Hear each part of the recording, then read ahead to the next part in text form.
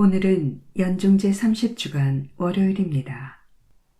오늘 묵상에 관한 첫 번째 말씀은 사도 바오로의 로마서 말씀입니다. 형제 여러분, 우리는 육에 따라 살도록 육에 빚을 진 사람이 아닙니다. 여러분이 육에 따라 살면 죽을 것입니다. 그러나 성령의 힘으로 몸의 행실을 죽이면 살 것입니다. 하느님의 영의 인도를 받는 이들은 모두 하느님의 자녀입니다. 여러분은 사람을 다시 두려움에 빠뜨리는 종살이의 영을 받은 것이 아니라 여러분을 자녀로 삼도록 해주시는 영을 받았습니다. 이 성령의 힘으로 우리가 아빠, 아버지 하고 외치는 것입니다. 그리고 이 성령께서 몸소 우리가 하느님의 자녀임을 우리의 영에게 증언해 주십니다. 자녀이면 상속자이기도 합니다. 우리는 하느님의 상속자입니다. 그리스도와 더불어 공동 상속자인 것입니다.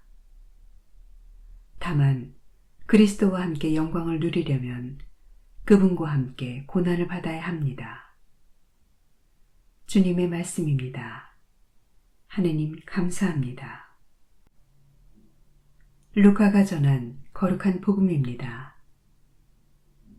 예수님께서 안식일에 어떤 회당에서 가르치고 계셨다. 마침 그곳에 18배 동안이나 병마에 시달리는 여자가 있었다. 그는 허리가 굽어 몸을 조금도 펼 수가 없었다.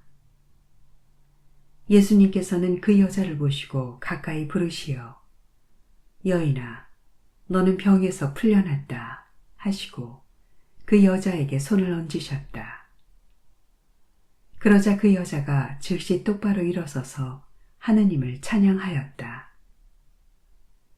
그런데 회당장은 예수님께서 안식일에 병을 고쳐주셨으므로 분개하여 군중에게 말하였다. 일하는 날이 엿새나 있습니다. 그러니 그 엿새 동안에 와서 치료를 받으십시오. 안식일에는 안 됩니다. 그러자 주님께서 그에게 이르셨다. 위선자들아, 너희는 저마다 안식일에도 자기 손한 아기를 구유에서 풀어 물을 먹이러 끌고 가지 않느냐. 그렇다면 아브라함의 딸인 이 여자를 사탄이 무려 18배 동안이나 묶어 놓았는데 안식일일지라도 그 속박에서 풀어주어야 하지 않느냐. 예수님께서 이렇게 말씀하시니 그분의 적대자들은 모두 망신을 당하였다. 그러나 군중은 모두 그분께서 하신 그 모든 영광스러운 일을 두고 기뻐하였다. 주님의 말씀입니다. 그리스도님 찬미합니다. 오늘의 묵상입니다. 오늘 복음은 예루살렘 여정을 이어가는 예수님과 회당장 사이에서 벌어진 논쟁을 중점적으로 다루고 있습니다. 예수님께서 안식일에 어떤 회당에서 18배 동안 병마로 고생하는 여인을 고쳐주셨는데 회당장은 예수님께서 안식일 규정을 위반하였다고 문제 삼고 있습니다. 율법은 안식일에 어떤 일도 해서는 안 된다고 강하게 규정하고 있습니다.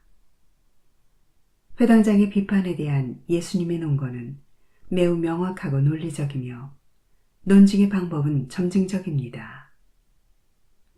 율법에서 길 잃은 동물을 다시 돌아오게 하며 넘어진 소나 나귀를 다시 일으켜주는 것이 허용되듯이 안식일에 소나 나귀에게 물을 먹이러 물가로 데리고 가는 것은 허용됩니다. 이와 같은 논리에서 볼 때 오랫동안 병마에 시달리는 사람을 고쳐주는 행위가 율법을 위반한다고 볼 수 없다는 것입니다. 예수님께서는 안식일 규정 준수와 같은 종교적 의무도 중요하지만 사람의 생명이 더 중요하다는 것을 강조하시며 안식일의 참다운 의미를 가르쳐주고 계십니다. 해방과 휴식은 안식일의 본질입니다. 예수님의 눈에 회당장은 위선자입니다. 그는 안식일에 관련된 규정을 알고 있었지만 그 율법 조문을 문자적으로만 이해하였습니다. 안식일 규정에 담긴 정신, 곧 안식일이 사람을 위하여 존재하는 날이라는 것을 모르고 있었습니다. 하느님의 뜻을 헤아리지 못한 회당장은 비판을 받아 마땅합니다. 오늘 복음에서 우리는 회당장을 반면교사로 삼을 수 있습니다.